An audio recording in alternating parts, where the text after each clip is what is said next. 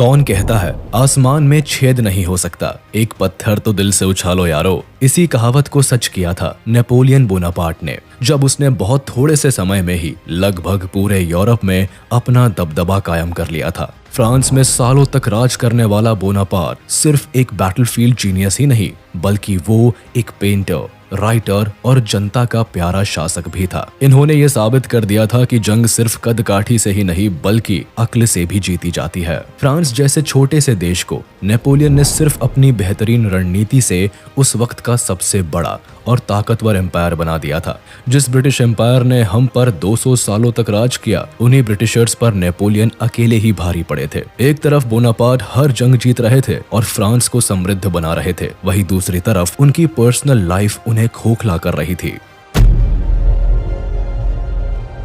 Carlo Bonaparte और Maria Letizia रेमोलिनो के दूसरे बेटे नेपोलियन का जन्म 15 अगस्त 1769 में कॉर्सिका आइलैंड पर हुआ था। इनके बचपन का नाम नेबुलियो था और ये कुल 8 भाई बहन थे।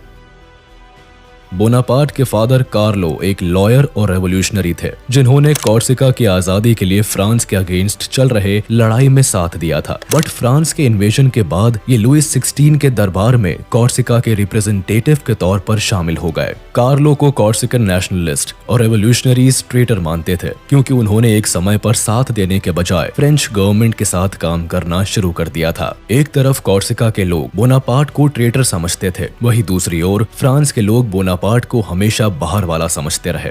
बचपन से बोनापार्ट के मन में यह बात थी कि उन्हें कुछ बड़ा करना है, उन्हें फ्रांस को पावरफुल बनाना है और खुद को साबित करना है, जिससे कि पूरा फ्रांस उन्हें अपना बना ले।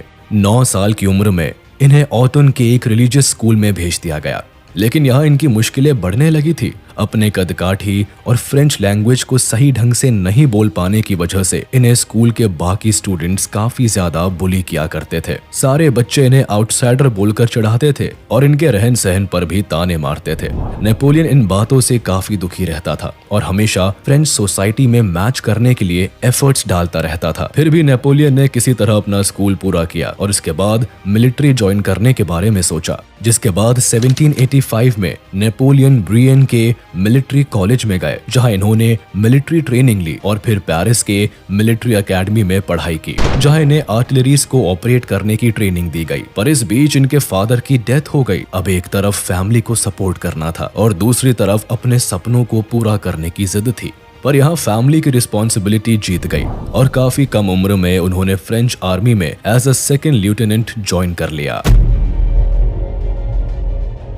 कुछ समय बाद ही फ्रेंच रेवोल्यूशन शुरू हो गया। ऐसे में नेपोलियन ने फ्रेंच रेवोल्यूशन को सपोर्ट किया और जल्दी ही फ्रांस की नई गवर्नमेंट के अंडर फ्रेंच आर्मी को ज्वाइन कर लिया।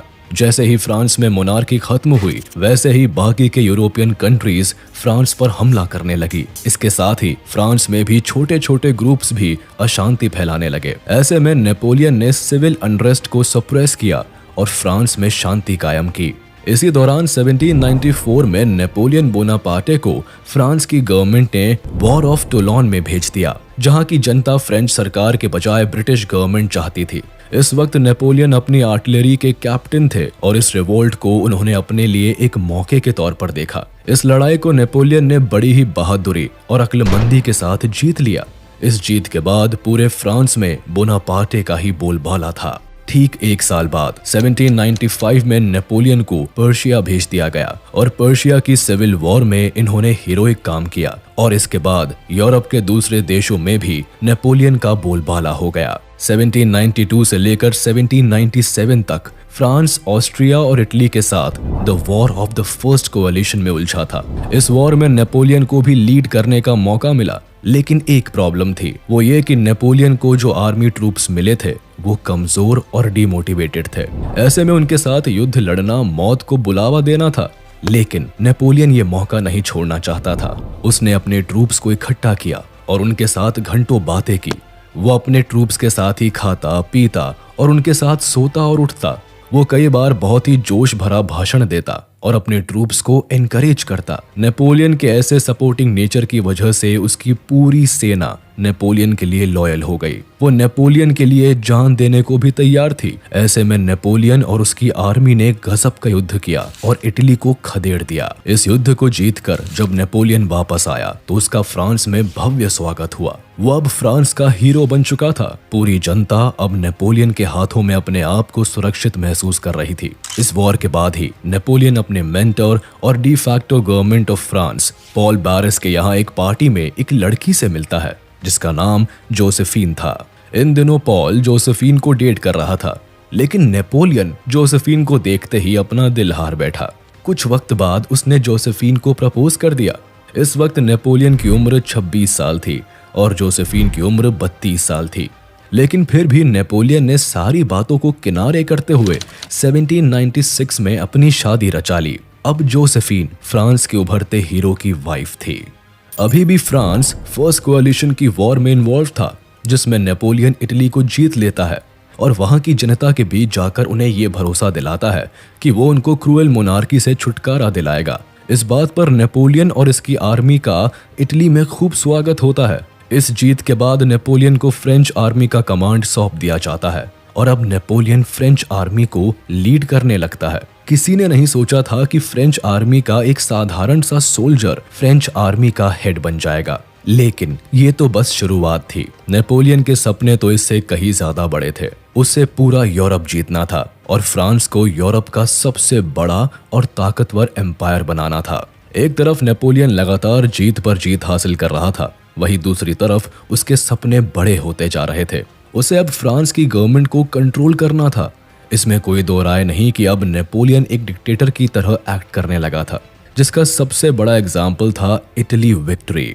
इटली जीतने के बाद नेपोलियन और इसकी आर्मी ने उसे लूट लिया था। अब नेपोलियन की नजर ब्रिटेन पर थी, जिसके लिए वो इजिप्ट में ब्रिटेन नेवल फोर्स पर अटैक करके वहां से ट्रेडिंग सिस्टम को इन्वेड करना चाहता था। लेकिन इसे ये बात अच्छे से मालूम थी कि ब्रिटेन के नेवल फोर्स को हराना इतना आसान नहीं था। अगर नेपोलियन इजिप्ट में मौजूद नेवल फोर्सेस को हराने में कामयाब हो जाता तो वो अपने अगले प्लान के मुताबिक भारत में मैसूर के राजा टीपू सुल्तान से हाथ मिलाता, जो उस वक्त पर अंग्रेजों के सबसे बड़े दुश्मन में से एक थे। लेकिन ऐसा नहीं हो सका। इसके बाद 1798 में नेपोलियन ने इजिप्ट में आकर कई जंग लड़ी, जिसमें बैटल ऑफ पिरामिड भी शामिल थी। इन सारी लड़ाइयों को जीतने के बाद नेपोलियन को इस बात का पूरा यकीन हो गया था कि अब इजिप्ट में मौजूद ब्रिटिश नेवल को हराने से कोई नहीं रोक सकता। 1799 में अबुकीर के इन्वेजन के दौरान नेपोलियन ने जीत तो हासिल कर ली थी, पर उसकी काफी बड़ी कीमत उन्हें चुकानी पड़ी, क्योंकि कई फ्रेंच सोल्जर्स प्लेग की वजह से अपनी जान से हाथ धो बैठे, जिस वजह से ये बैटल ऑफ नाइल हार गए। ये एक बड़ी वजह बनी जिससे नेपोलियन ना ही इजिप्ट पर कब्जा कर पाया और ना ही ब्रिटिशर्स के नेवल फोर्स को खदेड़ पाया, जिसके कारण उसे खाली हाथ पेरिस लौटना पड़ा। लेकिन फिर भी फ्रांस की जनता ने नेपोलियन को अपना हीरो ही माना। नेपोलियन कई बार अपनी पेंटिंग्स बनवाता और खुद को फ्रांस का सबसे वर्दी एडमिनिस्ट्रेटर के तौर पर स्टैब्लिश करने की कोशिश करता रहता।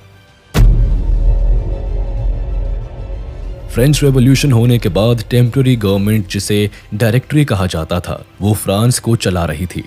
लेकिन इसमें कोई दो राय नहीं कि डायरेक्टरी की कमजोर पॉलिसीज फ्रांस में इकोनॉमिक और पॉलिटिकल स्टेबिलिटी नहीं स्टैब्लिश कर पा रही थी। उन दिनों नेपोलियन लगातार यूरोप के देशों को जीत रहा था और उसकी इमेज फ्रांस के लोगों में काफी अच्छी बनती जा रही थी। नेपोलियन को भी इस बात का एहसास था कि डायरेक्टरी कमजोर लोगों के हाथ में है और फ्रांस को आगे बढ़ने के लिए एक स्टेबल गवर्नमेंट की जरूरत है। उसने इस पॉलिटिकल वैक्यूम को एक अपॉर्चुनिटी के तौर पर देखा और फ्रांस के लोगों के सामने एक संविधान प्रस्तुत किया। दरअसल फ्रांस में रेवोल्यूशन तो हो गया था, लेकिन लोगों को अब ये पता नहीं था कि देश कैसे चलाया जाएगा। जब नेपोलियन ने लीड लिया और संविधान पेश किया तो फ्रांस के लैंडलॉर्ड्स और एलीट क्लास के लोग तुरंत ही नेपोलियन के फेवर में आ गए।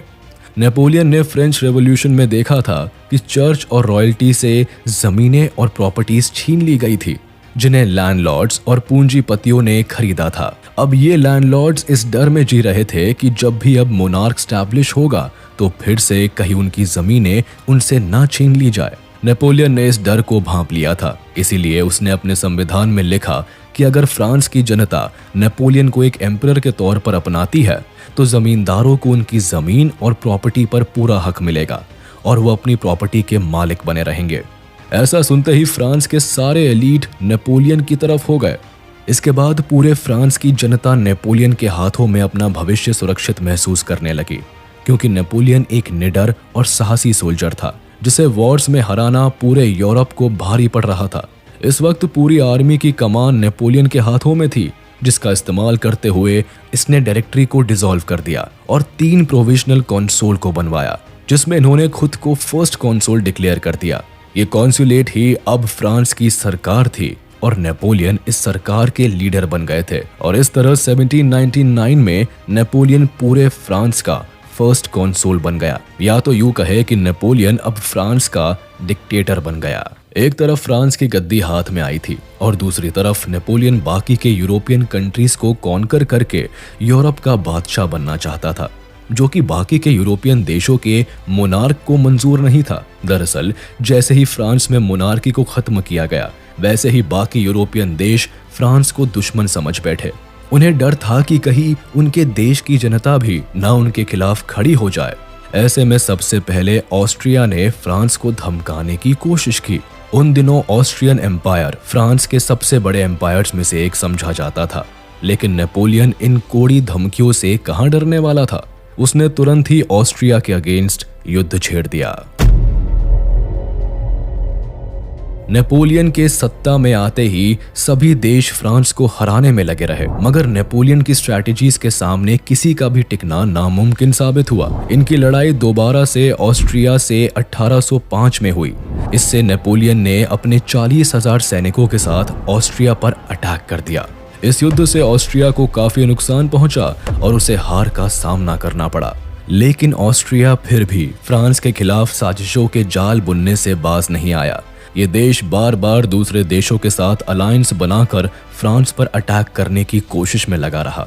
फर्स्ट कॉन्सुल की ताकत हाथ में आते ही नेपोलियन बोनापार्ट ने फ्रांस की सिचुएशन को बदलना शुरू कर दिया। इस वक्त तक नेपोलियन ने कई कंट्रीज को अपने अंडर कर लिया था, साथ ही साथ ब्रिटेन के साथ एक पीस ट्रीटी पर भी साइन किया। लेकिन नेपोलियन को ये बात अच्छे से पता थी कि ब्रिटेन आने वाले समय में हमला जरूर कर सकता है।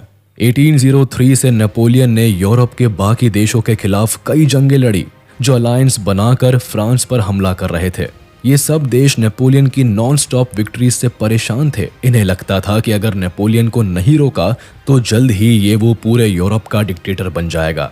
लेकिन नेपोलियन को किसी बात का डर नहीं था। वो लगातार यूरोपियन अलायंस देशों को मुंह तोड़ जवाब देता रहा। नेपोलियन के सामने सबसे बड़ी मुसीबत थी ब्रिटेन, ऑस्ट्रिया और रशिया का गठबंधन, जिसका जवाब युद्ध में देना इसके लिए भारी पड़ रहा था। इसी दौरान 1805 में बैटल ऑफ ट्राफलगार हुई। नेपोलियन हमेशा से ही ब्रिटिश को हराना चाहता था, इसीलिए फ्रेंच और स्पेनिश आर्मी ने मिलकर ब्रिटिश नेवल आर्मी पर अटैक करने का प्लान बनाया। ब्रिटिश नेवल फोर्सेस उन दिनों विश्व की सबसे मजबूत और स्ट्रेटेजिक सेना मानी जाती थी, जिसे हराना किसी के बस में नहीं था। लेकिन नेपोलियन ने उन्हें अटलांटिक ओशन में स्पेन के पास केप ट्राफलगार में घेर लिया और यहाँ ब्रिटिश नेवल फोर्सेस और फ्रेंच कोalition फोर्सेस के बीच घमासान युद्ध हुआ। लेकिन इसमें ब्रिटिश आर्मी की जीत हो जाती है। इस युद्ध को वॉर ऑफ द थर्ड कोalition नाम दिया गया, जिसमें नेपोलियन को एक बार फिर से ब्रिटिश से नाकामयाबी मिली। Napoleon war of the third coalition युद्ध में उलझा हुआ था और इसी बात का फायदा उठाते हुए 1805 में रशियन और ऑस्ट्रियन एम्पायर ने भी फ्रांस पर एक साथ हमला बोल दिया था। उनको लगा था कि नेपोलियन इस युद्ध में हार जाएगा, लेकिन ऐसा नहीं हुआ। नेपोलियन ने सीधा जर्मनी का रुख किया और वहां से अपनी आर्मी को डिवाइड करते हुए ऑस्ट्रियन और रशियन आर्मीज का मुकाबला किया। इसी वक्त वर्ल्ड फेमस बैटल ऑफ ऑस्टरलिट्ज हुई, जिसमें नेपोलियन ने रशिया और ऑस्ट्रिया दोनों को एक साथ हरा दिया। इसके बाद ऑस्ट्रिया ने तुरंत ही फ्रांस के साथ ट्रीटी ऑफ प्रेसबर्ग साइन करके शांति समझौता कर लिया और वियना को नेपोलियन को सौंप दिया।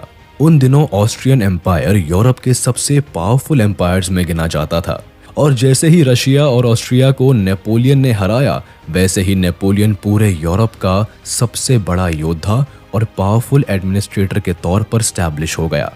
1810 आते आते नेपोलियन ने कई देशों को अपनी मुट्ठी में कर लिया था, लेकिन ब्रिटिश से नेपोलियन की रिवेलरी अभी भी खत्म नहीं हुई थी। 1810 आते आते नेपोलियन जोसेफिन की हरकतों से परेशान हो गया और जोसेफिन से डिवोर्स ले लिया। दरअसल जोसेफिन भले ही नेपोलियन की पत्नी रही हो, लेकिन जब भी नेपोलियन युद्ध के दौरान पेरिस से बाहर रहता, तब नेपोलियन की वाइफ फ्रेंच सोसाइटी के दूसरे मर्दों के साथ गलत संबंध रखती थी। नेपोलियन अपनी पत्नी से बेहद प्यार करता था, लेकिन बीतते वक्त के साथ नेपोलियन ने भी जोसेफिन का असली चेहरा देखा और 1810 में उससे तलाक ले लिया। जोसेफिन से तलाक लेने के बाद नेपोलियन उदास रहने लगा। उसे ना तो जोसेफिन से सच्चा प्यार मिला था और ना ही गद्दी का वारिस मिला था। इसीलिए उसने 1810 में ऑस्ट्रिया के एक शाही परिवार की लड़की मैरी लुईस से दूसरी शादी कर ली। शुरुआत में तो नेपोलियन ने मैरी लुईस से शादी सिर्फ एक वारिस पाने के लिए की थी, लेकिन धीरे धीरे वो मैरी लुईस से बहुत प्यार करने लगा। 1811 में मैरी लुईस ने एक बेटे को जन्म दिया, जिसका नाम Napoleon François Joseph Charles Bonaparte था। मैरी से शादी करने के बावजूद नेपोलियन हमेशा ही जोसेफिन से संबंध रखता और उसके मरने तक एम्प्रेस ऑफ फ्रांस का टाइटल भी जोसेफिन का ही रहा। नेपोलियन को फ्रांस की इकोनॉमी को बूस्ट करना था और इंडियन ओशन में ब्रिटेन के वर्चस्व को खत्म करना था। अब तक फ्रांस के कब्जे में सिर्फ मॉरिशियस आइलैंड ही रह गया था, जिसे बेस बनाकर नेपोलियन हमेशा ही ब्रिटेन से युद्ध करता था। ऐसे में नेपोलियन ने एक बार फिर अपना ध्यान ब्रिटेन की तरफ किया। इस बार इन्होंने पहले ही यूरोप के कई सी पोर्ट्स को इन्वेड कर लिया, ताकि इन स्टेट्स को इकोनॉमिकली कमजोर कर दिया जाए और ब्रिटेन को टारगेट करना आसान हो जाए। फ्रांस ने मॉरिशियस में अपनी हैवी आर्मी लगा दी, ताकि ब्रिटेन का इंडियन और दूसरी कॉलोनीज से कनेक्शन काट दिया जाए और बीच समुद्र में ब्रिटेन को हराया जा सके। इससे न केवल ब्रिटेन आर्थिक तौर पर कमजोर होता, बल्कि इंडियन ओशन पर इकलौता कब्जा हो जाने से फ्रांस को कई बेनिफिट्स मिल सकते थे। अब मॉरिशियस पोर्ट को अपना बेस बनाकर फ्रांस ने ब्रिटिश शिप्स के खिलाफ युद्ध छेड़ दिया। इस युद्ध का नाम बैटल ऑफ ग्रैंड पोर्ट था, जिसमें पहले तो फ्रांस जीत जाता है, लेकिन जल्दी ही ब्रिटेन की नेवल शिप्स आकर फ्रांस को इस युद्ध में घेर लेती है और फ्रांस की हार हो जाती है। इस युद्ध के बाद फ्रांस का इकलौता पोर्ट जो इंडियन ओशन में था, उसे भी ब्रिटेन अपने कब्जे में ले लेता है। लगातार हुई इन हारों से नेपोलियन और उनकी सेना आहत हो जाती है। नेपोलियन को ये लग जाता है कि ब्रिटिश नेवल आर्मी को हराना मुश्किल है। तब वो अपना ध्यान दोबारा से रशियन एम्पायर पर करता है। नेपोलियन को लगा कि अगर रशिया को जीत लिया जाएगा तो फ्रांस की इकोनॉमी बूस्ट होगी और आर्मी को भी कॉन्फिडेंस मिलेगा। इधर ब्रिटेन, ऑस्ट्रिया और फ्रांस के बीच हो रहे लगातार युद्ध को देखते हुए रशिया अपने आप को यूरोप से अलग कर लेता है। उसे लगता है कि इस तरफ फ्रांस रशिया पर हमला नहीं करेगा और रशियन एम्पायर को अलायंस से भी मुक्ति मिल जाएगी। नेपोलियन 1812 में अपने 5 लाख सैनिकों को लेकर रशिया पर अटैक कर देता है। चूंकि रशिया ने अपने आप को यूरोप से अलग करके सारे अलायंसेस को तोड़ लिया था, तो ऐसे में नेपोलियन अज्यूम करता है कि उसकी जीत होकर रहेगी, क्योंकि एक तरफ उसके पास 5 लाख सैनिक थे, वहीं दूसरी तरफ रशियन एम्पायर अकेले इतना मजबूत नहीं था कि फ्रांस से लड़ सके। लेकिन रशिया ने दूसरा ही आइडिया लगा रखा था। इनकी आर्मी नेपोलियन से वॉर करने की बजाय रशिया के इंटीरियर इलाकों में जा छुपी। ऐसे में नेपोलियन की आर्मी बेधड़क रशिया के शहरों को कब्जा करते हुए आगे बढ़ रही थी। नेपोलियन ने रशिया में बर्फ गिरने के दौरान भी इन्वेजन जारी रखा और मॉस्को जीत कर ही दम लिया। लेकिन मॉस्को जीतना नेपोलियन की आर्मी पर भारी पड़ गया। जैसे ही नेपोलियन आर्मी मॉस्को पर जीत हासिल करके निकली, वैसे ही रशियन आर्मी ने रिटेलिएट कर दिया। नेपोलियन के आधे से ज्यादा सैनिक भारी बर्फ और सर्दी के मारे मर चुके थे और जो बचे थे वो बेहद कमजोर, थके हुए और जीत के गुमान में चल रहे थे। ऐसे में नेपोलियन की आर्मी जब वापस लौटने लगी तो रशियन आर्मी इन पर भारी पड़ी। वहां की भयानक ठंड में फ्रेंच आर्मी का सरवाइव करना बेहद मुश्किल हो गया और 5 लाख में से सिर्फ 1 लाख सोल्जर्स ही वापस लौटकर फ्रांस आ पाए। इस लड़ाई के बाद ना तो केवल नेपोलियन की हार हुई, बल्कि उसके असली एसेट्स जो उसके सैनिक थे वो भी मारे गए। दूसरी तरफ रशियन आर्मी ने जब फ्रांस को हरा दिया, तब अचानक रातों रात वो पूरे यूरोप में फेमस हो गए। क्योंकि ब्रिटिश नेवल आर्मी के सिवा नेपोलियन दूसरे किसी भी देश से नहीं हारा था। ऐसे में रशियन आर्मी एक मजबूत सेना बनकर उभरी। इस जीत के बाद रशिया को अब नेपोलियन से डर भी नहीं रहा। उल्टा रशिया फिर से अलायंसेस बनाने लगा जिससे कि फ्रांस को हराया जा सके। रशिया इन्वेजन में हुई हार ने नेपोलियन को अंदर से तोड़ कर रख दिया था। धीरे धीरे वो कमजोर पड़ने लगा। नेपोलियन की कमजोरी अब पूरे यूरोप को पता चल रही थी। ऐसे में ऑस्ट्रिया, जो कि फ्रांस का सबसे पुराना दुश्मन था, वो कैसे पीछे रहता। इसीलिए उन्होंने तुरंत ही बाकी के देशों के साथ मिलकर फ्रांस पर अटैक करने का प्लान बनाया। 1813 में जर्मन स्टेट्स ने रशिया, प्रूशिया, ऑस्ट्रिया और स्वीडन के साथ मिलकर फ्रांस पर हमला कर दिया। इस वॉर को बैटल ऑफ लाइप्जिग और जर्मन कैंपेन ऑफ 1813 का नाम दिया गया। अभी अभी फ्रांस रशियन इन्वेजन में हार से आहत था। ऊपर से लाखों सैनिक के रशियन इन्वेजन में मारे जाने के कारण फ्रांस में कम सैनिक बचे थे। दूसरी तरफ जर्मनी ने जब कई बड़े एम्पायर्स को मिलाकर नेपोलियन पर अटैक किया तो नेपोलियन इस युद्ध में बुरी तरह हार गया। ये युद्ध ट्रीटी ऑफ पेरिस के साथ मई 1814 में खत्म हुआ और इसके बाद फ्रांस पर कोएलिशन फोर्स ने कब्जा कर लिया। इस युद्ध के बाद अलायंस कंट्रीज ने नेपोलियन बोनापार्टे को फ्रांस से एग्जाइल दे दिया गया। इसके बाद एलाइड फोर्सेस ने फ्रांस में दोबारा से मोनार्क स्टैब्लिश करने के लिए लुइस 18 को फ्रांस का राजा बना दिया। नेपोलियन को एग्जाइल के तौर पर इटालियन कोस्ट पर मौजूद आइलैंड ऑफ एल्बा भेज दिया गया और इनकी लेकिन एक साल के अंदर ही 26 फरवरी 1815 में नेपोलियन एल्बा से भागकर फ्रांस पहुंच गए, जहां इनके काफी सपोर्टर्स मौजूद थे। फिर से राजशाही आते ही फ्रांस की आम जनता और एलीट क्लास के लोग दुखी हो गए थे। लोग ऐसा नहीं चाहते थे, उन्हें वापस से नेपोलियन ही चाहिए था। ऐसे में नेपोलियन के आते ही फ्रांस के नए किंग लुइस 18 को वहां से जाना पड़ा और फिर नेपोलियन ने फ्रांस की ताकत को वापस से बढ़ाने के लिए 100 डेज कैंपेन शुरू किया।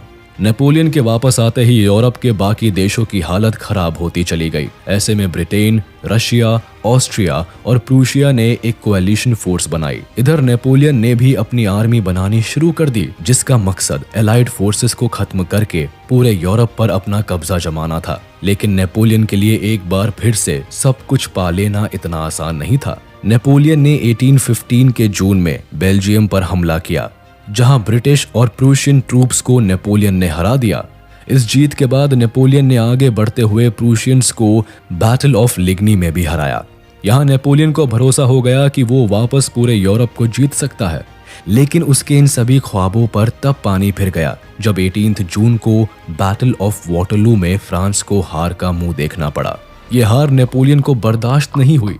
ये इनकी जिंदगी की आखिरी वॉर साबित हुई, जिसके बाद सजा के तौर पर नेपोलियन को अटलांटिक ओशन में मौजूद सेंट हेलेना आइलैंड पर भेज दिया गया, जहां 5 मई 1821 को उन्होंने हमेशा के लिए दुनिया को अलविदा कह दिया। नेपोलियन बोनापार्टे दुनिया से तो चला गया, लेकिन फ्रांस की जनता के दिल से ये योद्धा कभी नहीं गया। उनके लिए नेपोलियन हमेशा के लिए एक लेजेंड बन गया, जो पूरी दुनिया को जीतने की ताकत रखता था। नेपोलियन बोनापार्टे की जिंदगी आज भी कई लोगों के लिए किसी इंस्पिरेशन से कम नहीं है और यही एक बहुत बड़ी वजह है नेपोलियन का नाम दुनिया